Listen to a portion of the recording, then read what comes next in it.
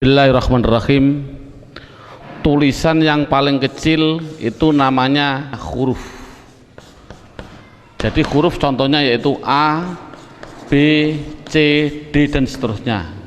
Itu dalam bahasa Indonesia namanya huruf. Dalam bahasa Arab itu namanya huruf. Jadi contohnya huruf yaitu alif, ba, ta dan seterusnya. Itulah namanya huruf. Kemudian di atas huruf yang kedua itu ada yang namanya dalam bahasa Indonesia namanya kata. Jadi kata itu apa? Kata susunan dari beberapa huruf yang mempunyai arti. Contoh, ada huruf S, A, Y, A, saya jadikan satu, itulah namanya kata. Ada M, ada A, ada K, ada A, ada N, saya jadikan satu, namanya kata. Ada R, ada O, ada T, ada I, namanya roti, itu namanya kata. Dalam bahasa Arab itu namanya kalimah. Jadi kalimah yaitu contohnya ana, kumpulnya hamzah, nun, alif, itu namanya kalimah. Akulu, itu namanya kalimah. Al-khubza, itu namanya kalimah. Jadi persatu-satuannya itu namanya kalimah. Di atas kata dalam bahasa Indonesia itu ada yang namanya kalimat. Jadi kalimat itu apa? Susunan dari huruf ini dijadikan satu. Saya makan roti dijadikan satu, itu namanya kalimah. Kalimat. Dalam bahasa Arab itu ada yang mengatakan kalam, ada yang mengatakan kalim, ada yang mengatakan kaul, terserah. Metode ini adalah yang penting adalah menganalisa, mendeteksi tulisan Arab yang namanya kalimah. Itu pendahuluan. Sekarang dalam buku ini, metode ini ada beberapa bentuk. Yang pertama menggunakan yang namanya buku panduan, dan yang kedua harus menggunakan silabus, yaitu urut-urutan metode belajar mengajarnya seperti ini. Sekarang setelah anak sudah mengetahui bentuk tulisan, sekarang naik yang poin yang inti, yaitu dalam buku buka halaman 1 yang judulnya yaitu kalimah. Makanya tadi saya bilang yang terpenting anak bisa mendeteksi kalimah. Jadi kalimah itu ada 3. 1 kalimah isim, 2 kalimah fiil, 3 kalimah huruf. Anak dikasih suatu gambaran bahwasannya tulisan dalam Al-Quran di dunia, di Quran khususnya itu ratusan ribu. Kalau di dunia itu adalah jutaan miliar, miliaran juta. Berarti jutaan miliar itu jumlah kalimah. Contoh, saya mencontohkan, ada tulisan Arab alhamdulillahi rabbil alamin. Ini kita deteksi, yang inilah namanya kalimah. Lillahi itu namanya kalimah, Robbi namanya kalimah, alamin namanya kalimah. Padahal tulisan Arab apapun yang namanya kalimah pasti kalau tidak isim fi'il huruf. Jumlah kalimah miliaran triliun pasti hanya ada 3. Kalau contohnya alhamdulillah harus dijawab oleh anak kalau tidak isim fi'il huruf. Lillahi kalau tidak isim fi'il huruf. Robbi kalau tidak isim fi'il huruf. Alamin kalau tidak isim fi'il huruf. Selamanya. Makanya tulisan Arab di dunia itu sebenarnya hanya ada 3, yaitu isim fi'il huruf. Makanya sering saya ngasih pemikiran pada anak, tulisan apapun tulisan Arab hanya ada 3. Masuk 3 kok 3 tahun. Makanya menurut metode saya, insya Allah saya mengatakan kalau hanya ada 3 berarti per satunya itu 2 jam, makanya cukup 6 jam insya Allah praktek baca kitab. Amin Allahumma amin. Ini sekarang setelah anak sudah tahu jumlah kalimat ada 3, sekarang bagaimana saya mengetahui alhamdulillah itu isim fi'il atau huruf, lillahi itu isim fi'il atau huruf? Makanya akan saya ulas satu persatunya. Bagaimana cara mendeteksi isim itu fi'il itu huruf. Buka pada bukunya halaman 2. Dalam bukunya halaman 2 dilihat judulnya cara mengetahui isim. Jadi cara mengetahui isim itu dengan 2 cara. Satu mengetahui artinya. Kalau memang artinya itu kok menunjukkan suatu kata benda atau suatu kata sifat, pasti itu dikatakan isim. Jadi isim itu kalau tahu artinya itu menunjukkan benda atau menunjukkan suatu sifat, pasti isim. Sama dengan fi'il nanti juga sama, cara mengetahuinya fi'il dengan 2 cara sama. Satu mengetahui artinya. Kalau memang artinya menunjukkan suatu kata kerja, itu pasti fi'il. Nah di dunia ini kan hanya ada 3. Pasti kalau tidak kata benda, kata sifat, kata kerja. Saya contohkan, duduk itu kerja atau apa? Jawab saja, anak dites. Contoh saya bilang duduk, isim, fi'il atau huruf? Anak akan jawab fi'il karena artinya kerja. Saya contohkan lagi, ada tulisan Arab mim sin jim dal. Ini tulisan Arab. Kalau tulisan Arab harus dijawab lafal mim sin jim dal ini isim, fi'il atau huruf? Anak pasti akan menjawab isim. Tahu kok isim? Karena artinya menunjukkan suatu benda. Ini berarti kan sudah bisa anak. Saya contohkan lagi. Saya bilang ada tulisan Arab, coba anak-anak lafal Arab ini jawab dengan 3 kategori, isim, fi'il atau huruf. Ini saya contohkan, mim dal ro sinta, artinya madrusah. Harus dijawab isim, fi'il atau huruf. Anak pasti akan menjawab itu isim. Tahu kok isim? Karena artinya benda. Oh 100. Jadi kalau ada apapun artinya benda atau sifat, contohnya Allahu Akbar, saya menerjemah Akbar itu artinya agung atau mulia. Ini agung itu kan suatu sifat, otomatis Akbar ini harus dijawab. Akbar itu isim, fi'il atau huruf? Anak akan jawab Akbar pasti isim. Tahu kok isim? Karena artinya itu suatu sifat. Jadi kesimpulannya adalah anak bisa mendeteksi, pertama mendeteksi isim, fi'il, huruf dari artinya. Kalau memang artinya benda atau sifat berarti isim, kalau artinya kerja berarti kalimah fi'il. Pertanyaan selanjutnya, Pak, tulisan Arab katanya miliaran triliun, di Al-Quran ada 700-an ribu. Bagaimana saya mengetahui itu isim, itu fi'il, itu huruf, padahal saya tidak tahu artinya?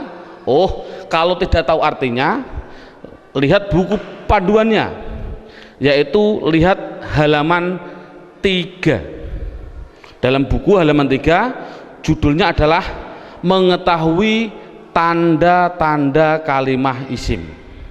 1, kalau tidak tahu artinya, 1 harus mengetahui tanda-tandanya.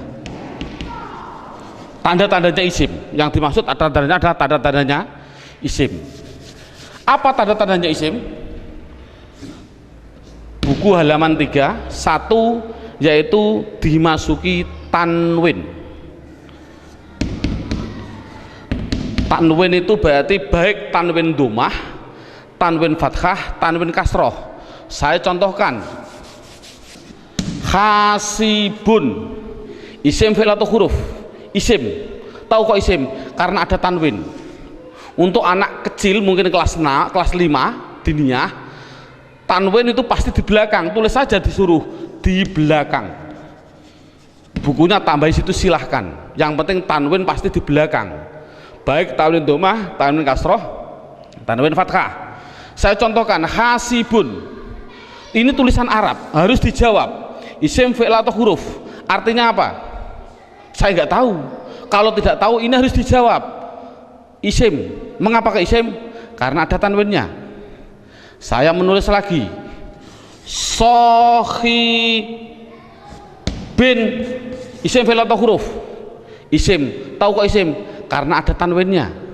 Berarti anak sudah bisa mendeteksi, yaitu tanda-tanda yang pertama kalimah isim, yaitu dimasuki tanwin.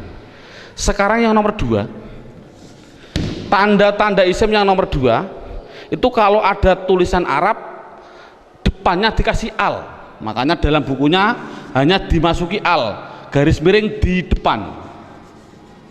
Jadi kalau ada tulisan Arab depannya ada alif dan lam, pasti itu isim. Contoh, alhamdu, harus dijawab isim fi'il atau huruf, jawabnya adalah isim. Tahu kok isim? Karena dimasuki al. Ar-Rahim, isim fi'il atau huruf, isim. Tahu kok isim? Karena ada al. Dan seterusnya. Sekarang yang ketiga, tanda-tanda isim yang ketiga yaitu dimasuki yang namanya huruf jar. Huruf jar itu apa sih?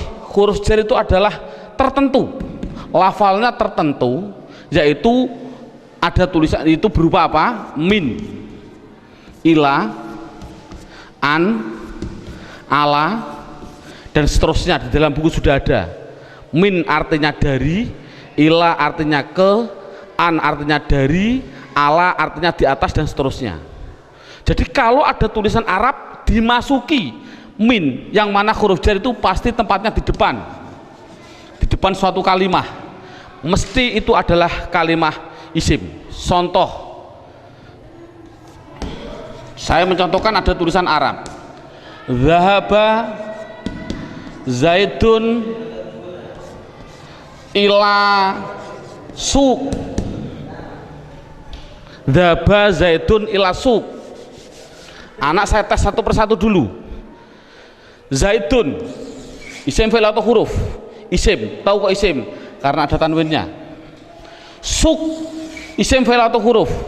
Isim. Tahu kok isim? Karena dimasuki huruf jar yang namanya ila. Artinya apa saya suq? Tidak tahu, tidak penting. Ini kan tidak penting. Yang penting itu bisa mendeteksi itu pasti kalimah isim. Contohnya lagi, ada contoh yang namanya ada roja'a. Saya contohkan, roja'a kembali. Siapa yang kembali? Bakrun, siapa bakar? Kembali min dukan, min dukan. Bakrun isim fi'il atau huruf? Jawabnya isim. Tahu kok isim? Karena ada tanwin. Min dukan, dukan itu isim fi'il atau huruf? Isim. Tahu kok isim? Karena dimasuki huruf jar min. Artinya apa? Tidak penting. Jadi makanya itu adalah tanda-tanda kalimah isim. Yang ketiga, yang keempat, tanda-tanda isim yang keempat di situ saya tulis. Saya hapus dulu. Tanda-tanda isim yang keempat yaitu dimasuki namanya huruf qasam. Qasam itu artinya sumpah. Qasam artinya sumpah. Di sini huruf qasam hanya ada 3, wawu, ba, ta. Untuk anak pemula jangan dicontohkan selain lafal Allah, jangan. Untuk pemula jangan. Contoh, wal asri. Asri ini adalah isim. Tahu kok isim? Karena ada wawu qasam. Tidak perlu sebenarnya. Yang penting itu adalah wawu qasam nanti. Contohkan saja wallahi. Berarti Allah itu isim karena apa? Dimasuki wawu ini. Itu aja masih bingung untuk anak didik. Jadi kesimpulannya qasam tidak begitu penting. Yang penting yang terakhir ini. Tanda-tanda isim yang terakhir yang kelima yaitu dimasuki yang namanya mamimu. Contohkan, ini contoh mamimu di sini dalam buku panduan. Di situ lihat halaman 65. Halaman 65 dalam bukunya dibuka. Contohnya halaman 65 yaitu fa'ala yaf'ulu fa'lan wa maf'alan fahuwa fa'ilun wadaka maf'ulun. Saya ambil yang penting-penting saja. Uf'ul la taf'ul, maf'alun 2 kali ini, maf'alun mif'alun. Cara menerangkan pada anak bahwasannya fa'ala yaf'ulu fa'lan ini adalah dalam bahasa pramuka namanya kata sandi. Kalau dalam bahasa komputer namanya keyword atau password, katakan saja password. Passwordnya itu apa? Itu namanya fa'ala. Karena apa? Fa'ala itu adalah hitungan hanya ada 3, 1, 2, 3. Artinya tulisan Arab di dunia, saya tadi bilang miliaran triliun, itu pasti dari 3 kata dasar. Saya bilang contoh, memukul, doroba, ini namanya 1, 2, 3. Duduk, jalasa, 1, 2, 3. Menolong, nasoro, 1, 2, 3. Inilah jadi tulisan Arab itu pasti 3. Contoh fa'ala, berarti saya contohkan di atas. Makanya anak, kalau insya Allah kalau anak desa biasanya sudah bisa. Ini namanya fa fi'il, ini namanya fi'il. Sebagai kata sandi namanya fi'il. Namanya fa fi'il, ain fi'il, lam fi'il. Jadi dot itu bertepatan dengan fa, namanya fa fi'il. Ro bertepatan dengan ain, namanya ain fi'il. Ba bertepatan dengan lam, namanya lam fi'il. Jadi pasti tulisan Arab miliaran triliun itu pasti dari 3 kata dasar, itu pasti. Jadi kalau dilihat nanti dalam tulisan Arab, yang dimaksud mamimu adalah ada tulisan Arab depannya ada mim, baik dibaca mi kasroh mi, atau dibaca mim dibaca fathah ma, atau ada tulisan Arab dibaca mu, muslim. Kalau ada tulisan Arab depannya kok dikasih mim dan jumlahnya pasti 4, berarti karena 3 yang asli, mim lam sin asli, mim tambahan, lam fa, lam ain fa asli, mim tambahan. Jadi kalau ada tulisan Arab depannya ada mim, baik dibaca ma atau mi atau mu, pasti itu kalimat isim. Contoh, muslim, isim fi'il atau huruf? Jawabnya adalah isim. Tahu kok isim? Karena dimasuki mu. Saya menulis. Masjid, isim fi'il atau huruf? Isim. Tahu kok isim? Karena dimasuki ma. Dan seterusnya. Saya bilang madrasah, isim fi'il atau huruf? Isim. Tahu kok isim? Karena dimasuki ma. Jadi tulisan Arab kalau ada mim dibaca baik fathah, kasroh, dumah, itu pasti kalimah isim. Sekarang saya tambah sedikit suatu pengenalan. Kalau ada tulisan Arab,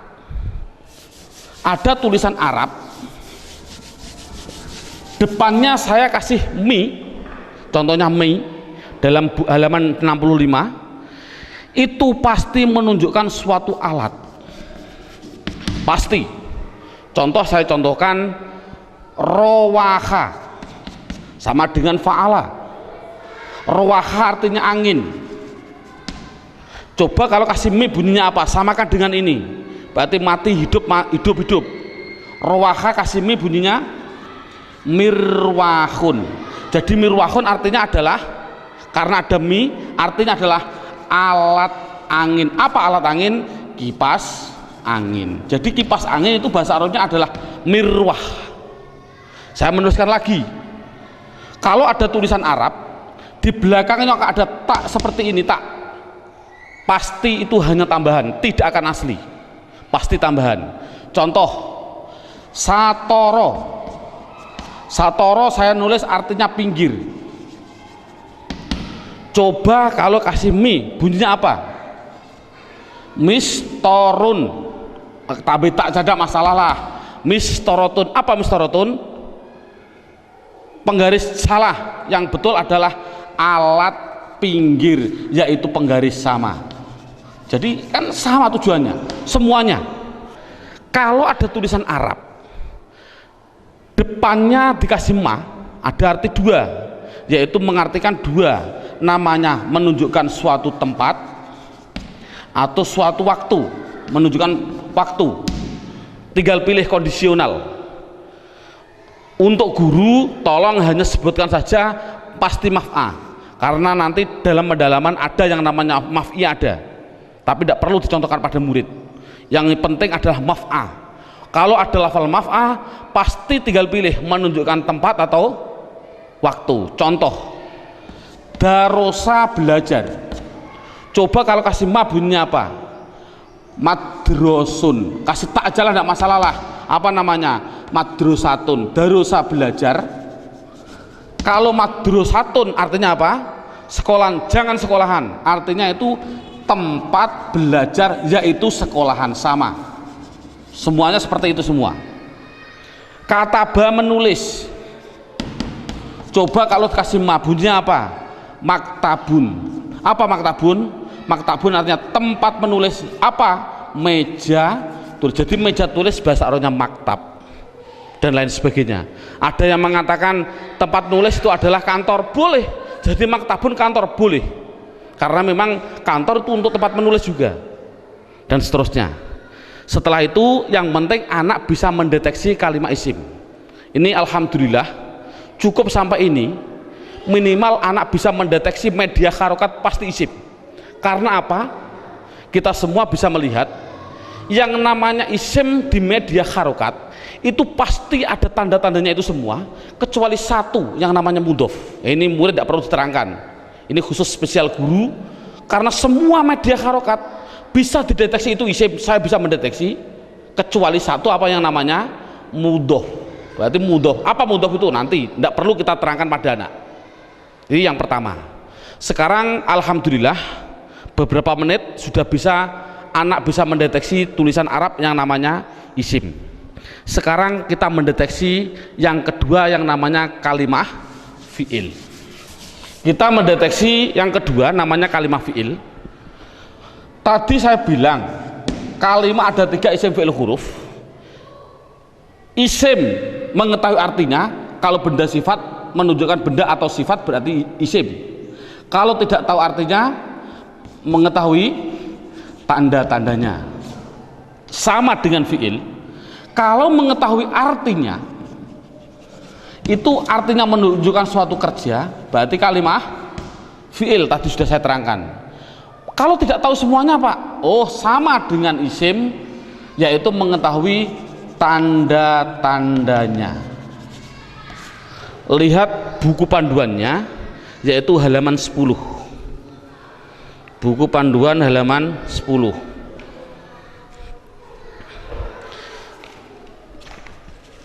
Tanda-tanda kalimah isim. 1 dimasuki kot. Di situ saya 1 dimasuki kot. Dimasuki kot. Saya menulis, biar anak, karena anak kecil mungkin biar jelas, saya suruh di depan. Tempatnya itu di depan. Jadi kalau ada tulisan Arab kok ada depannya ada lafal kot, pasti setelahnya itu fi'il. Contoh, saya mencontohkan Allahu Akbar, Allahu Akbar, qad qomatis sholah, qad qomatis sholah. Ini adalah lafal kot. Koma itu mau tidak mau harus saya jawab itu kalimat fi'il. Tahu kok fi'il? Karena dia dimasuki kot. Ini kan paling mudah. Jadi kalau ada dimasuki kot itu namanya kalimah fi'il. Apa artinya koma? Tidak penting. Yang penting tahu itu adalah fi'il. Tanda-tanda yang kedua yaitu dimasuki yang namanya sin. Tolong lafal sin tidak usah diterangkan. Karena apa kok menerangkan? Wong saya menerangkan fi'il sudah belum tahu, saya contohkan lafal sayaqulus sufaha. Yaqulu itu adalah fi'il, karena apa? Dimasuki sin, tidak akan mungkin paham mana. Makanya sin adalah ditinggal dulu, karena dia belum bisa mendeteksi semuanya. Jadi sin saya tinggal. Tanda-tanda fi'il yang ketiga yaitu dimasuki yang namanya saufa. Dimasuki yang namanya saufa. Tulis saja sama, sin ya di depan, saufa ya di depan, sama. Contoh yang biasa yang sering didengarkan oleh anak, contoh saya bilang kala saufata lamun, tak lamun itu pasti saya mengatakan fi'il. Karena apa? Karena dimasuki saufa. Artinya apa? Tidak penting, karena sudah tahu itu artinya saufa. Saufa itu masuk pada kalimat tadi mesti kalimat fi'il. Ini paling mudah. Yang terakhir tanda-tanda fiil yaitu dimasuki yang namanya taknis. Saya suruh menambahi pada anak. Taknis itu saya bilang, saya tulis di belakang, tempatnya itu di belakang, dan berupa tak seperti ini yang mati. Orang Jawa bilang tak perahu lah. Jadi tak perahu. Nek ono tak perahu seperti itu pasti itu namanya kalimah fiil. Contohnya ini. Qad qomat as-shalah, aslinya itu adalah koma, itu fiil dengan dua tanda-tanda. Satu dimasuki qad, dua dimasuki ini tak, ini di belakang masuk pada kalimat ini. Jadi ada dua tanda-tanda. Coba sholat, isim fiil atau huruf? Isim. Tahu kok isim? Karena ada al. Oh mudah. Namun sekali lagi ini mulai metode saya adalah nanti menggunakan yang namanya metode hantu. Ini contohnya. Al ini adalah alif dan lam. Yang namanya alif itu pasti mati. Yang namanya alif pasti mati. Ada mati ketemu mati, itu namanya hantu. Saya tulis mati ketemu mati namanya apa? Hantu. Orang Arab tidak senang hantu. Akhirnya biar ini hidup, akhirnya dikasih biar berdoa. Bunyi apa? Qad qomatis shalah. Bukan qad qomat shalah lagi, tapi qad qomatis shalah. Saya contohkan lagi. Lafal min ketemu masjid. Bunyinya apa? Min al masjid tidak boleh karena ini ada alif mati ketemu mati namanya hantu, tidak boleh, harus dihidupkan biar berdoa, bunyinya minal masjidi. Contoh lagi, an ketemu madrasah, bunyinya apa? Anil. Kok bisa anil? Oh karena ada mati ketemu mati namanya hantu. Ini sekali lagi orang Arab itu tidak senang atas hantu. Kesimpulannya adalah berapa menit mulai pertama dan sekarang ini anak sudah bisa mendeteksi media harokat yang namanya isim dan fiil. Alhamdulillah dengan beberapa menit anak sudah bisa mendeteksi namanya media harokat isim atau fiil. Karena apa? Huruf itu hanya huruf jar. Katakan saja huruf jar. Ada huruf li taukid dan sebagainya, itu tidak penting. Berarti kalau huruf jar itu tertentu tadi hanya min ila ada berapa 9. Selain itu tulisan Arab pasti hanya isim dan fiil. Anak sudah bisa mendeteksi kecuali tadi mudhof. Alhamdulillah. Sekarang kita naik poin yang keempat. Poin yang keempat yaitu lihat buku halaman pertama. Dalam halaman pertama terlihat kalimah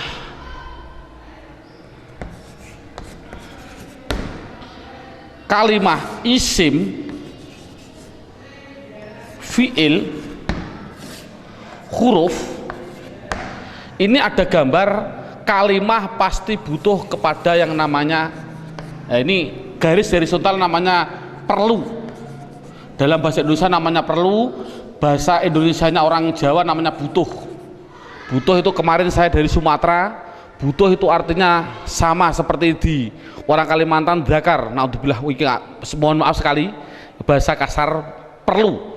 Berarti kalimah itu pasti memerlukan yang namanya i'rab.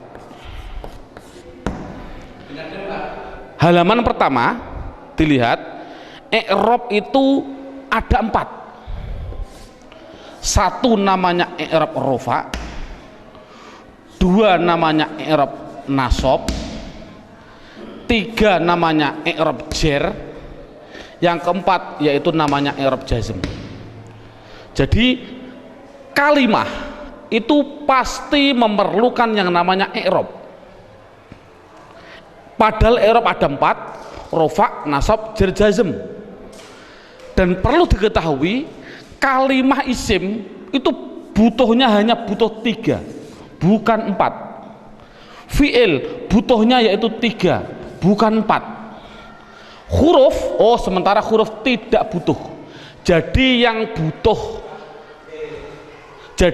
butuh i'rab itu yaitu khusus yang namanya kalimah isim dan kalimah fiil. Apa i'rab itu nanti saya terangkan. Yang penting isim itu butuh 3. Apa namanya? Dan perlu ditulis dulu. Anak harus digarisbawahi. Rofa pasti domah, dibilang pasti. Karena pengalaman saya pada waktu kecil, Pak Guru menerangkan rofa yaitu domah, wawu, alif, nun. Itu saya juga bingung. Makanya saya melihat dalam jurumiyah ada namanya alamat asli, menunjukkan bahwasanya anak, saya punya insting, oh berarti mengapa musonaf kok mengatakan asli domah, inilah mungkin metode saya harus mengikuti seperti ini. Jadi setiap anak pastikan yang namanya rofa pasti domah, yang namanya nasab pasti fathah, yang namanya jer pasti kasroh, yang namanya jazm pasti sukun.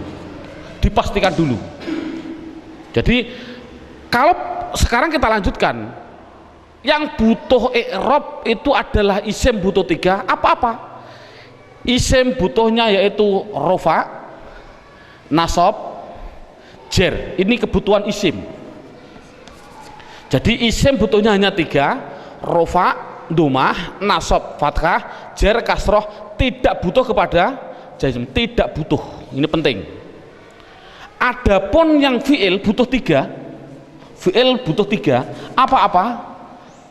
Rofa, nasab, dan jazm. Tidak butuh kepada yang namanya jer. Ini anak harus tidak perlulah kita terlalu ngasih pertanyaan terbulak-balik. Contoh, isim i'rab apa yang khusus masuk pada fiil, i'rab apa yang tidak boleh masuk pada fiil, tidak perlulah. Yang penting minimal pertama kali tolong ditekankan isim. Fiil aja tidak penting, nanti dulu.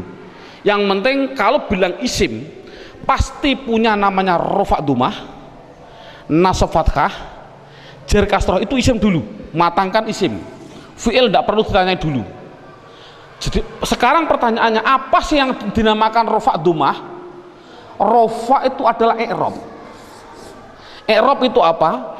I'rab adalah perubahan pada akhir kalimat atau kata, akhir kata atau kalimah dalam bahasa Arabnya tadi. Jadi kalau ada tulisan Arab, perubahan belakang itulah namanya i'rab. Contoh saya bilang, ada tulisan Arab min sim jim dal, belakangnya itu, kalau ini kan kata benda, ini kan orang tahu kata benda. Kalau benda berarti kalimah isim. Kalau isim harus dijawab, pasti butuh perubahan belakang. Kalau dia rofa ya pasti dun. Apa rofa itu nanti? Pasti dun. Kalau dia nasab berarti pasti dan. Kalau dia jer berarti din. Makanya saya tadi bilang, yang namanya i'rab, khususnya ini, i'rab itu sama dengan nahwu. Contohnya lafal ini, dun dan din, inilah belakang, ini namanya nahwu. Adapun depan ada tulisan mim sim jim dal, bacanya apa? Masji. Mengapa kok dibaca masji? Mbok dibaca misijid saja. Inilah perubahan depan, itu namanya sorof. Jadi nahwu sama sorof itu harus gandeng. Mengapa terjadi sekarang ini guru nahwu, guru sorof sudah berlainan, itu sudah jauh, akan bertemu juga sulit. Karena satu kalimat membutuhkan 2 hal, yang namanya nahwu dan sorof. Jadi perubahan depan itu namanya sorof, perubahan belakang adalah nahwu. Jadi kesimpulannya lagi, ada kesimpulan ini, tolong nanti anak-anak harus dipahami. Yang namanya isim, yang namanya, saya ini kesimpulan, isim pasti butuh 2 hal belakangnya. Kalau ada al, kalau tidak ada al ya ditanwin. Itu prinsip. Jadi kalau ada tulisan Arab kok dia menunjukkan suatu isim, itu harus kasih tanwin kalau tidak ada alnya. Kalau ada alnya jangan ditanwin. Contoh, masjid ini kan tidak ada alnya, makanya saya balang dun dan din. Coba kalau saya kasih al, al masjid, coba rofanya bunyinya bagaimana? Al masjid, jangan ditanwin karena ada al. Nasabnya bunyinya bagaimana? Al masjidah. Jernya bunyinya bagaimana? Al masjidi. Ini contoh. Dalam buku panduan saya, anak harus dites dengan contoh 2, yaitu dengan lafal basmalah dan takbir. Saya contohkan. Kita kasih contoh yang biasa dibaca oleh anak.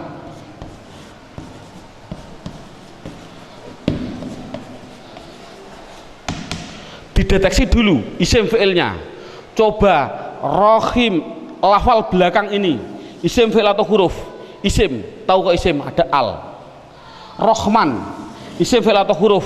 Isim, tahu kok isim? Ada al.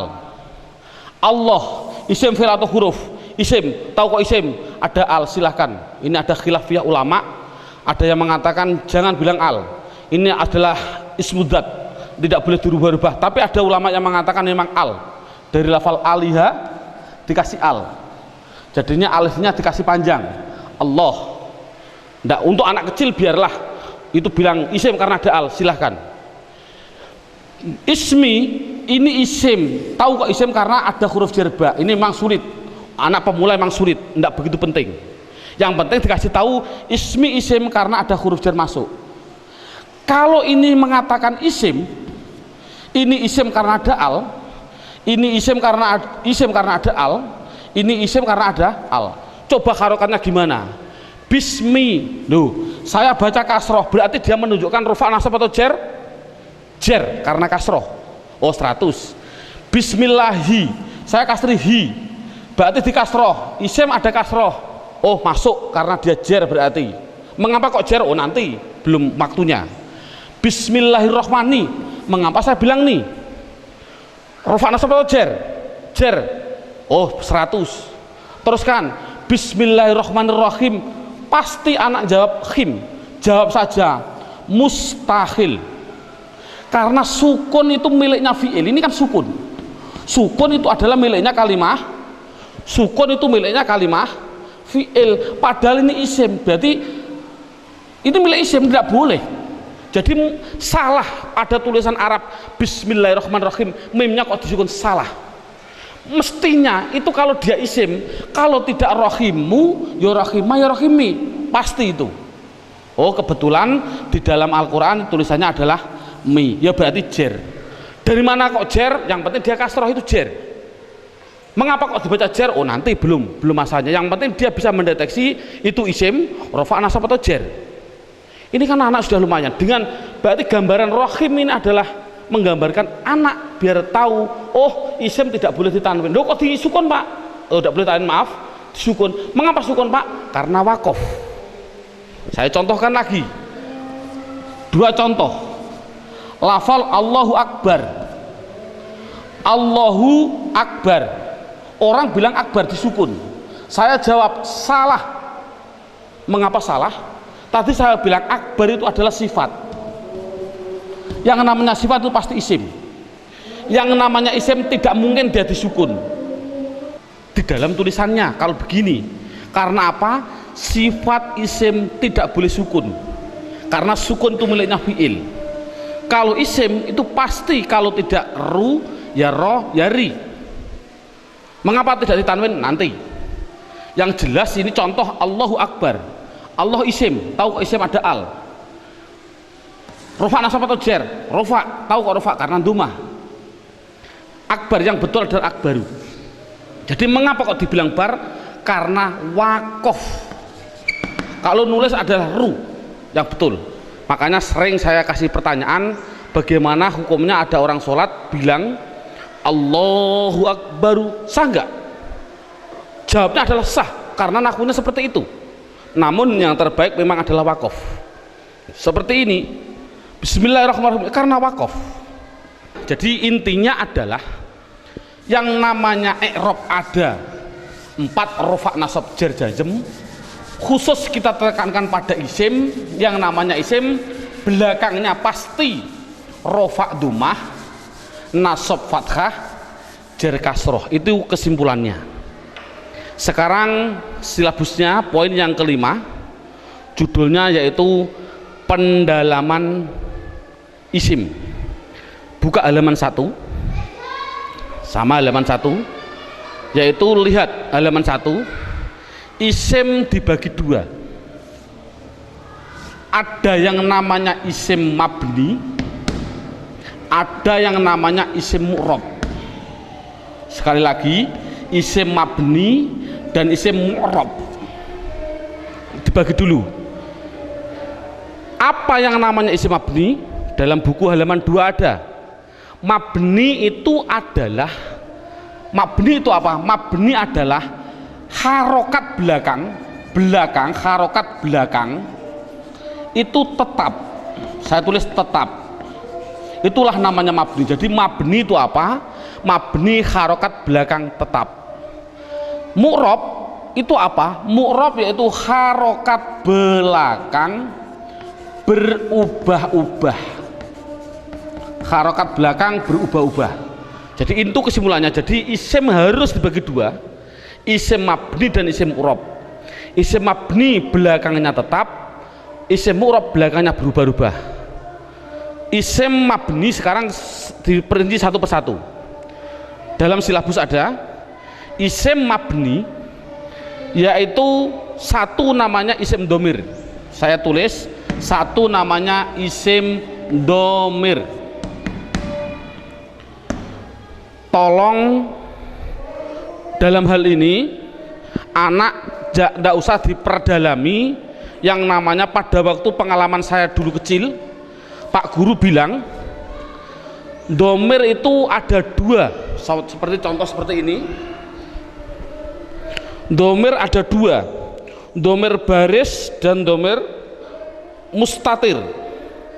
Baris muttasil ada 2, baris munfasil ada 2, muttasil ada 4, dan domir mustatir ada yang jawas dan ada yang wujub. Ini enggak, dulu saya suruh menghafalkan ini domir saja itu mungkin 1 bulan. Lah menurut saya kita ambil yang pokok dulu. Dengan metode ini adalah metode saya bilang domir yang berupa domir baris munfasil rufa, yaitu pendalamannya dalam buku. Lihat halaman buku yaitu dilihat halaman 4. Halaman 4 dilihat judulnya isim domir.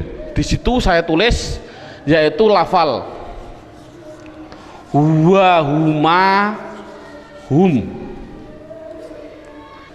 ya, huma, hunna, anta, antuma, antum, anti, antuma, antunna. Yang terakhir ana, nahnu. Jadi jumlahnya 14. 1, 2, 3, 6, 9, 12, 14, 13, 14.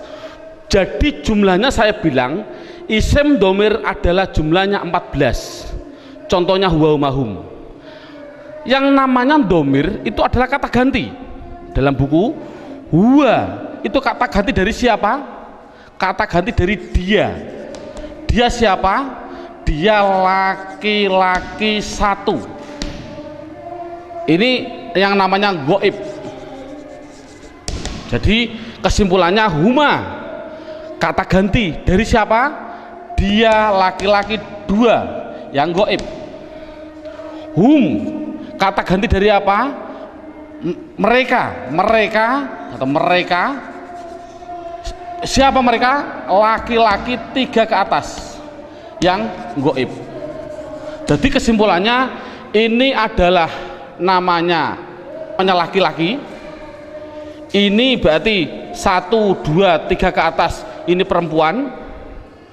Tapi ini adalah semuanya adalah goib.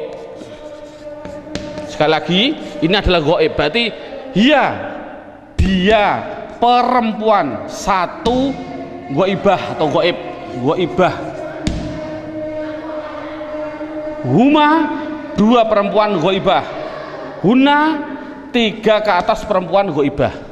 Jadi inti kesimpulannya adalah 3 ini laki-laki, 3 ini perempuan yang semuanya adalah katakan goib. Anta Kata ganti siapa? Dari kamu.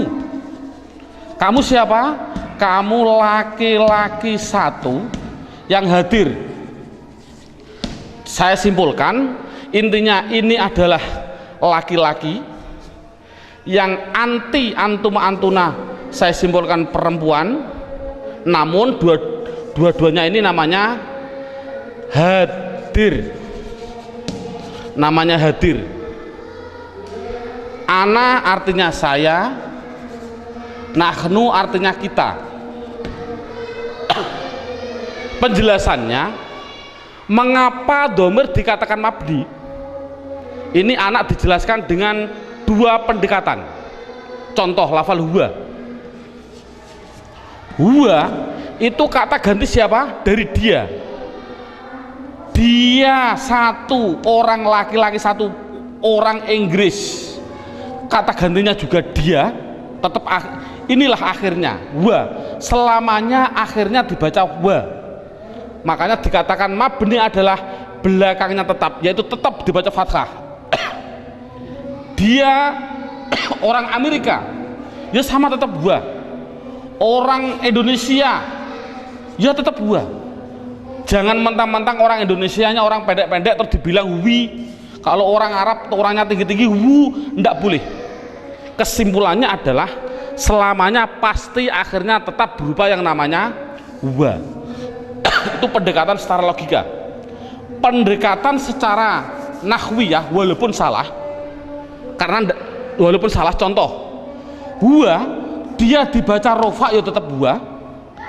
Dia karena isim kan dibaca nasab ya tetap huwa, dibaca jar ya tetap huwa. Sekali lagi untuk seorang guru, cara menerangkan seperti ini walaupun salah, kan tidak mungkin huwa itu adalah dhamir rofa, kok bisa nasab. Itu contoh seorang guru, ini penting untuk seorang guru. Ngomong ini permasalahannya, pengalaman saya keliling, pertanyaan saya itu rata-rata di dalam hal gaib dan hadir. Saya bilang, apa sih artinya gaib dan apa sih artinya hadir? Rata-rata orang mikir gaib adalah tidak ada orangnya, hadir adalah ada orangnya, padahal salah. Pengertian gaib adalah tidak diajak bicara walaupun ada di sampingnya. Samping saya ada namanya Zaid. Ada orang tanya, Pak, Zaid mau ke Semarang kok, bilang pada saya, padahal di samping saya ada Zaid. Ini namanya hadir atau gaib? Gaib, karena orangnya bicara sama saya, bukan pada Zaid. Jadi kata gantinya pada Zaid adalah wa. Ini menunjukkan artinya gaib, yaitu jangan diartikan tidak ada orangnya, diartikan apa? Tidak diajak bicara. Kalau hadir ya berarti diajak bicara. Itu kesimpulannya adalah mabni harokat belakangnya tetap selamanya. Contoh mereka selamanya mesti hum, disukun selamanya. Jadi saya tulis di situ pertama isim domir mabni jumlahnya adalah 14. Buka seterusnya bukunya halaman 5. Yang kedua, mabni yang kedua yaitu yang namanya di situ saya tulis isim isyarah. Isim isyarah tidak perlu kita terlalu banyak mencontohkan. Isim isyarah itu kita contohkan hanya yang mudah-mudah saja. Contoh isim isyarah ada 3. Ada yang namanya qorib, ada yang namanya wasit, ada yang namanya ba'id. Qorib artinya dekat,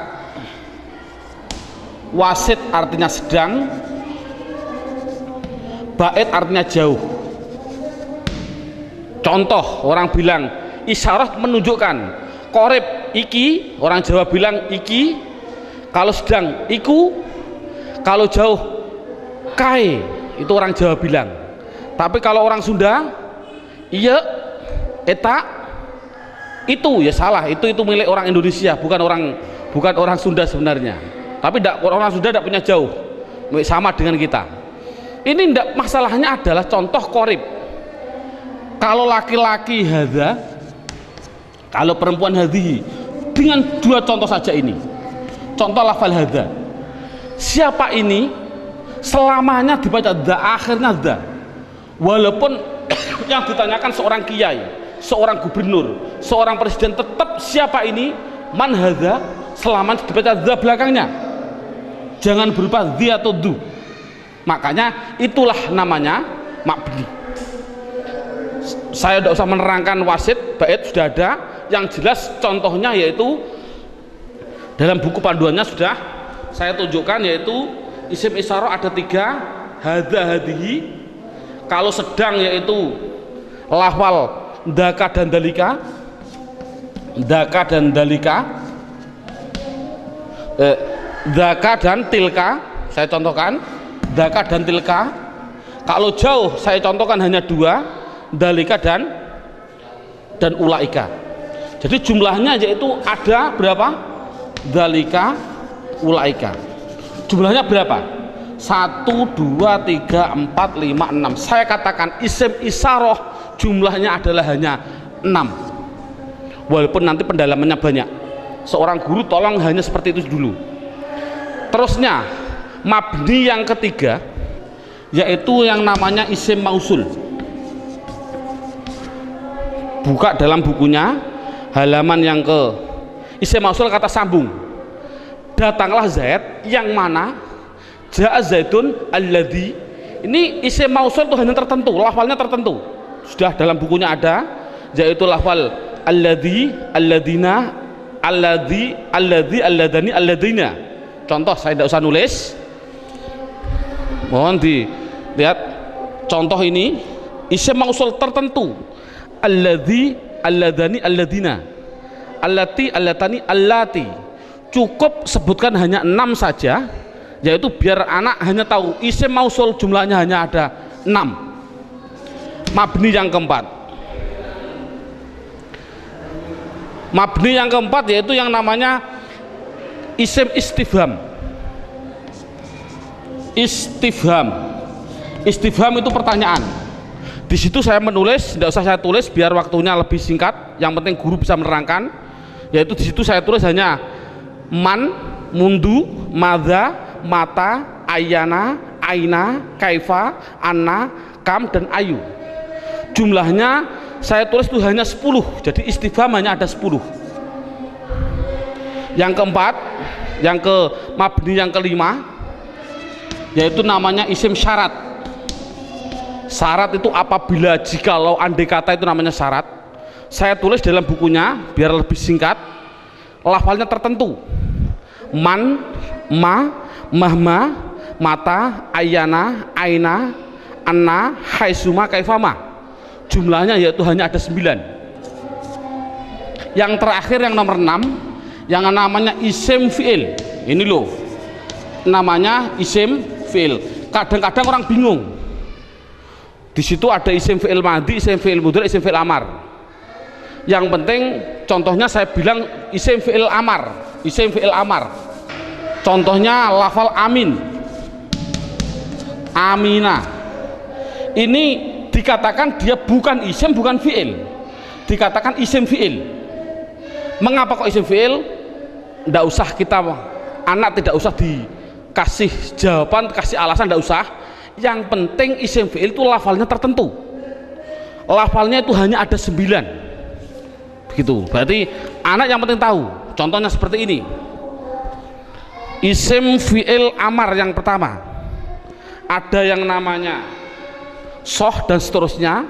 Isim fi'il madhi ada 2. Isim fi'il mudhari ada 2. Cukup 9 saja.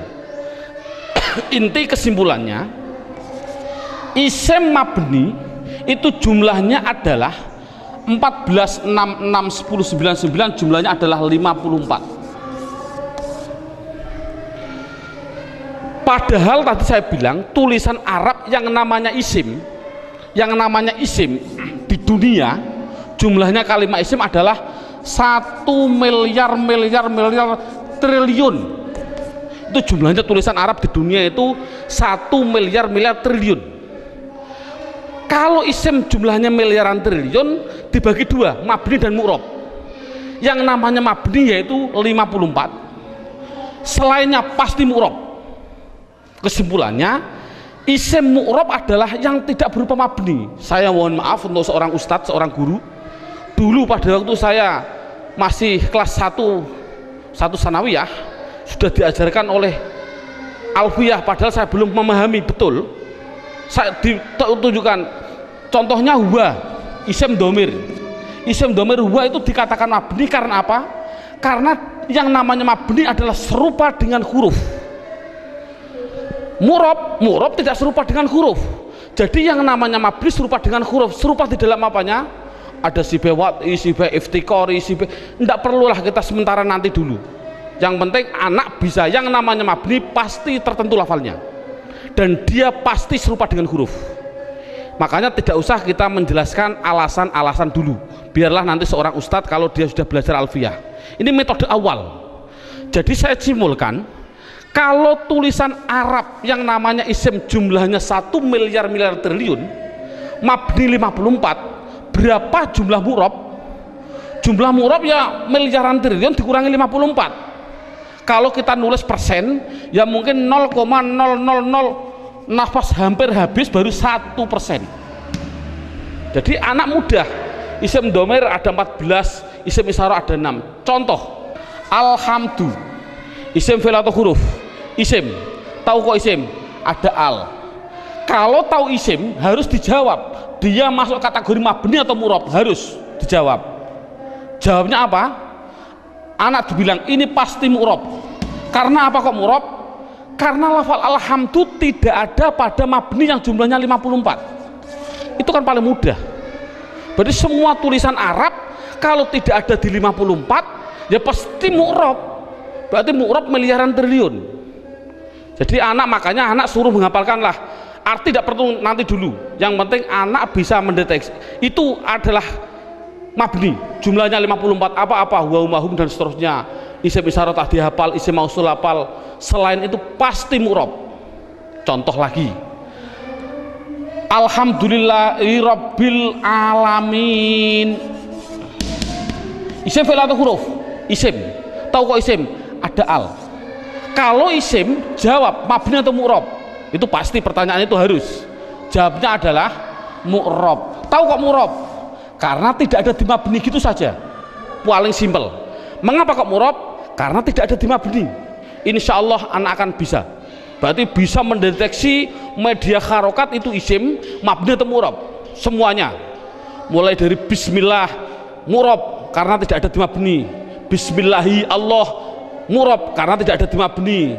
Bismillahirrahman, Rahman mesti mu'rob karena tidak ada di mabni. Rohim mu'rob karena tidak ada. Mudah. Jadi anak sudah bisa mendeteksi itu mabni dan itu mu'rob. Sekarang pendalaman yang terakhir, pendalaman isim yang terakhir yaitu di dalam hal mu'rob. Dalam buku panduannya lihat halaman 8. Lihat halaman 8. Halaman 8 sudah tertulis, saya tulis di situ. Halaman 8. Halaman 8 sama halaman 1 sama. Sekali lagi, halaman 8 dan halaman 1 adalah sama. Yang namanya mu'rob itu tadinya ada 6 jumlah total 54. Sekarang enggak, yang namanya mu'rob 1 ada yang namanya mufrad, 2 ada yang namanya tasniyah, yang ketiga ada yang namanya jamak mudzakkar salim, yang keempat ada yang namanya jamak muannas salim, yang kelima, lah ini saya batasi cukup mu'rob yang penting anak bisa 4, mufrad tasniyah jamak mudzakkar salim jamak muannas salim. Yang kelima sampai yang ke-9 tidak penting. Sekali lagi metode ini adalah tidak penting. Karena apa? Karena mu'rob yang 4 ini itu sudah mendominasi dalam tulisan Arab 80% dari tulisan Arab. itu pasti terjadi dari 4. Makanya anak harus ditekankan di dalam 4 tadi. Berarti sekali lagi, mu'rob yang jumlahnya miliaran triliun dikurangi 54 itu harus dimasukkan di antara 4 ini. Berarti di antara 4 ini mufrad, tasniyah, jamak mudzakkar salim, jamak muannats salim. Sekarang anak diterangkan apa sih yang namanya isim mufrad. Lihat ini, mufrad itu bahasa Arab. Artinya apa mufrad? Artinya satu, baik dia seorang laki-laki atau perempuan, pokoknya satu, itu nama bahasa Arabnya mufrad. Tasniyah itu bahasa Arab. Apa sih artinya tasniyah? Tasniyah itu artinya 2, baik dia seorang laki-laki atau perempuan. Yang ketiga namanya jamak mudzakkar salim. Jamak itu artinya banyak, banyak itu artinya 3 ke atas, 3 plus. Mudzakkar artinya laki-laki, salim artinya selamat, berarti laki-laki yang selamat. Ngonoke selamat cara jayani. Yang keempat, jamak muannats salim.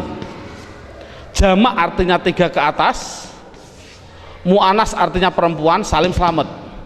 Jadi sementara anak dites dengan bahasa Jawa atau bahasa Indonesia, disuruh mengarabkan. Contoh saya bilang, coba saya bilang 2 buku itu mufrad atau tasniyah atau jamak mudzakkar salim atau jamak muannats salim? Jawab tasniyah. Tahu kok tasniyah? Karena artinya 2. Saya bilang 5 bakar, mufrad, tasniyah atau jamak mudzakkar atau jamak muannats? Jawab jamak mudzakkar salim. Karena apa? Artinya 5, 3 ke atas, zaid adalah, bakar adalah laki-laki. Jadi anak sudah bisa dites dengan bahasa Jawa, disuruh membahasa Arabkan. Contoh sekali lagi, 2 zaid tasniyah, 5 bakar jamak mudzakkar salim, 10 hindun, hindun itu perempuan, jamak muannats salim. Bakar 1 artinya mufrad, Zainab 1 artinya mufrad bahasa Arabnya. Nah, kalau ada tulisan Arab kok tidak berupa mabni yang jumlahnya 54, pasti harus dimasukkan mu'rob. Kalau mu'rob harus dimasukkan di antara 4 ini, harus apa mufrad, apa tasniyah, apa jamak mudzakkar salim, apa jamak muannats salim, pasti harus masuk semua tulisan mu'rob. Contoh, nah ini bagaimana saya mengetahui Pak tulisan Arab itu mufrad, tasniyah, jamak mudzakkar salim, jamak muannats salim? Lihat bukunya halaman 8. Kalau ada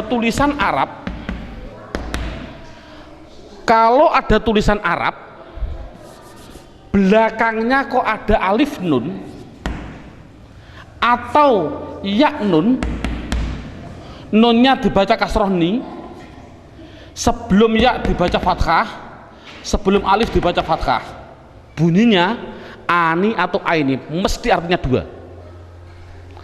Kalau ada tulisan Arab belakangnya kok berupa wawun nun atau ya nun, nunnya tapi dibaca na, baca fathah na, sebelum ya dibaca kasroh, sebelum wawu dibaca dhammah.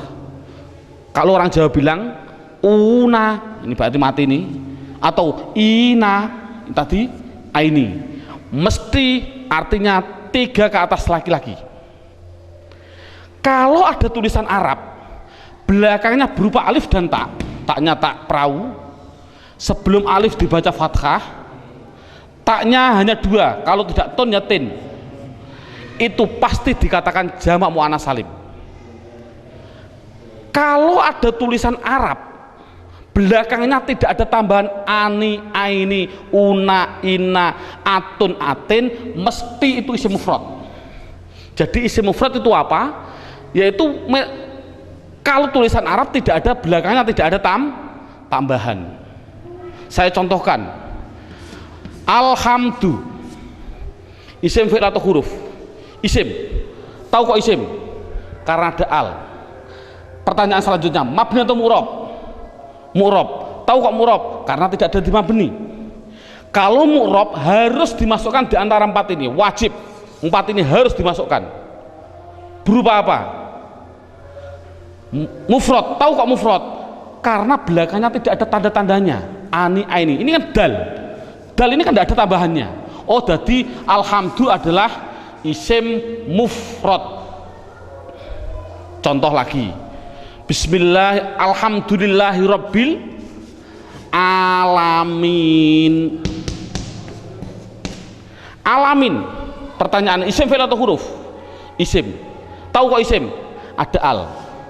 Mabni atau mu'rab? Mu'rab. Tahu kok mu'rab? Karena tidak ada di mabni. Kalau masuk mu'rab, masukkan di antara empat ini. Bunyinya apa? Jamak mudzakkar salim. Tahu kok jamak mudzakkar salim? Karena belakangnya ada inang, ya nun, sebelumnya dibaca kasroh. Cocok gak dengan ini? Ina. Jadi tulisan Arab mesti gitu semua.